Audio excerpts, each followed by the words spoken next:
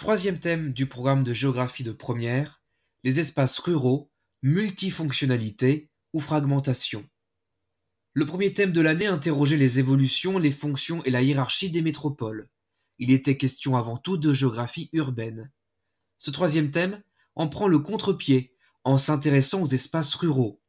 Les espaces ruraux, du latin russe, qui signifie campagne, sont le négatif des espaces urbains. Ils sont tout ce qui n'est pas la ville. Dans un monde de plus en plus urbanisé, les espaces ruraux demeurent essentiels, mais soumis à des évolutions entre multifonctionnalité, c'est-à-dire la concentration de différentes fonctions parfois conflictuelles sur un même espace, et fragmentation, c'est-à-dire disparition de l'unité et de la cohésion d'un espace. D'où l'emploi dans le titre du pluriel. Il n'y a pas un espace rural, mais des espaces ruraux, tant ils sont différents. Notre problématique sera d'essayer de comprendre comment les espaces ruraux mondiaux se recomposent-ils, se transforment-ils, si vous préférez, et avec quels impacts dans leur relation à la ville. Première partie, des espaces ruraux de plus en plus disparates et fragmentés. Si la population mondiale est de plus en plus urbaine, on compte encore 3,4 milliards de ruraux. En Afrique, en Asie du Sud ou en Océanie, les populations sont encore majoritairement rurales, à l'inverse de l'Europe ou de l'Amérique latine, où la population vit surtout en ville. Le peuplement n'est pas non plus équitablement réparti dans les espaces ruraux. Certains sont désertiques, la Sibérie ou l'Amazonie, alors que d'autres espaces ruraux sont très densément peuplés, comme les vallées fluviales en Asie ou la rive des Grands Lacs en Afrique. Une grande partie des espaces ruraux est consacrée à l'agriculture, qui occupe 5 milliards d'hectares et 1,3 milliard d'êtres humains, et jusqu'à 80% de la population dans certains pays africains. Mais les agricultures mondiales sont de plus en plus inégales, entre production à haut rendement de l'agriculture commerciale, en Europe, aux États-Unis ou au Brésil, et petite agriculture vivrière, peu productive et peu mécanisée. On pratique encore l'agriculture sur brûlis, en Afrique ou en Asie centrale. Les productions agricoles servent principalement à nourrir les 8 milliards d'habitants de la planète, même si plus de 500 millions d'agriculteurs sont sous-alimentés. Mais les productions se diversifient autrement que pour l'alimentaire. Les cultures textiles ou horticoles ont toujours existé, c'est vrai, mais l'agriculture pour la chimie et surtout pour les agrocarburants sont en pleine expansion. C'est notamment le cas en Amérique. Enfin, les activités agricoles sont touchées par le manque de place et les pays misent sur des stratégies différentes, voire contradictoires. Certaines régions du monde ont opté pour l'intensification des rendements par la chimie, comme les OGM en Europe ou la révolution verte en Inde. D'autres endroits ont opté pour l'extension des surfaces agricoles par la destruction d'autres espaces ruraux.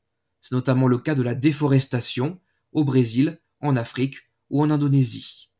Enfin, surtout dans les pays pauvres, des investisseurs étrangers rachètent les terres agricoles, c'est le land grabbing, pour y développer des cultures d'exportation, au mépris parfois de la sécurité alimentaire du pays. Au final, les pratiques agricoles sont donc très différentes selon les pays, et il n'y a plus d'unité ni de cohésion des espaces ruraux, on parle de fragmentation de ces espaces.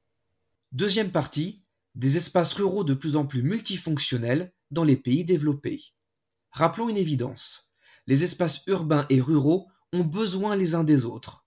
La ville fournit des services, en soins, en éducation, des commerces, et la campagne fournit les besoins alimentaires, mais aussi de nouvelles pratiques récréatives, comme la randonnée, ou de nouvelles pratiques de consommation, le bio, le local, le marché à la ferme, à la mode actuellement. Surtout, ces espaces ruraux deviennent multifonctionnels, c'est-à-dire qu'ils concentrent plusieurs fonctions différentes. Les espaces ruraux proches des villes ont ainsi une fonction résidentielle, ce qui entraîne une fragmentation démographique et sociale entre les espaces ruraux. Près des villes, on retrouve des populations plus aisées et périurbanisées. Elles vivent à la campagne, mais travaillent en ville.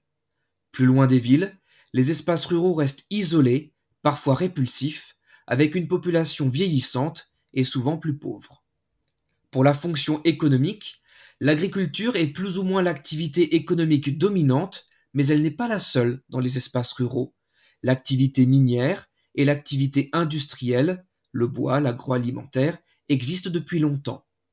Depuis quelques années, les espaces ruraux deviennent des espaces de tourisme par la redécouverte de ses atouts: calme, nature, paysage. D'abord en vogue en Europe, l'écotourisme, ou tourisme vert, se diffuse partout dans le monde. En termes d'image et de retombées économiques, ce tourisme vert dynamise les espaces ruraux et lui donne une fonction récréative. Ces multiples fonctions peuvent être contradictoires et suscitent des conflits d'usage, c'est-à-dire des tensions entre les différents acteurs d'une ressource ou d'un territoire. L'Amazonie est un exemple célèbre où s'opposent acteurs des mines, de l'agriculture, traditionnelle ou de l'agriculture d'exportation, de l'écotourisme, de la protection de la nature et des populations indiennes autochtones. La maîtrise de l'eau, en Méditerranée ou dans les zones arides, est un autre exemple de conflit d'usage. Les pouvoirs publics doivent alors trancher entre priorités économiques, sociales et environnementales. Troisième partie, en France, les espaces ruraux d'un pays développé de l'Union européenne. L'agriculture française est la première d'Europe, et la France est une grande puissance exportatrice de vin, de fromage, de blé, malgré une baisse régulière du nombre d'agriculteurs. Derrière son fer de lance, le vin, l'agriculture française évolue. On dit qu'elle se recompose, en géo, avec une régression de la polyculture au profit de la monoculture dans certaines régions. L'élevage biologique extensif s'affirme face à un élevage intensif décrié pour ses pollutions ou ses conditions d'élevage. Au-delà du simple aspect agricole, l'étalement des villes, la périurbanisation, le télétravail, mais aussi le tourisme vert ont favorisé le repeuplement de certains espaces ruraux et son dynamisme économique.